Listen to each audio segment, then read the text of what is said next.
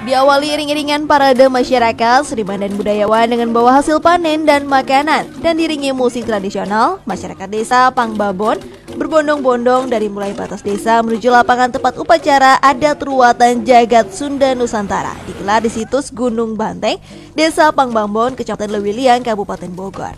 Acara ini digelar untuk melakukan upacara adat yang menjadi ciri khas kebiasaan masyarakat, baik setelah panen maupun pada masa tanam. Berbagai kesenian dan upacara adat hasil panen digelar dalam acara ini. Upacara adat yang dipimpin Camat Lewiliang dan Kepala Desa Pangbabon ini merupakan sebuah acara yang seringkali digelar setiap tahunnya untuk mengembangkan seni dan budaya serta kearifan budaya lokal yang secara turun-menurun yang ada di lingkungan masyarakat.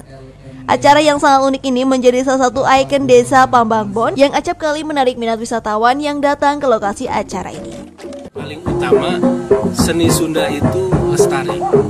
Kemudian yang kedua, terjadi peningkatan perekonomian masyarakat. Jadi seni itu diupayakan menjadi salah satu industri yang luar biasa menghasilkan. Nah, untuk bisa menghasilkan harus berkolaborasi dengan yang lain.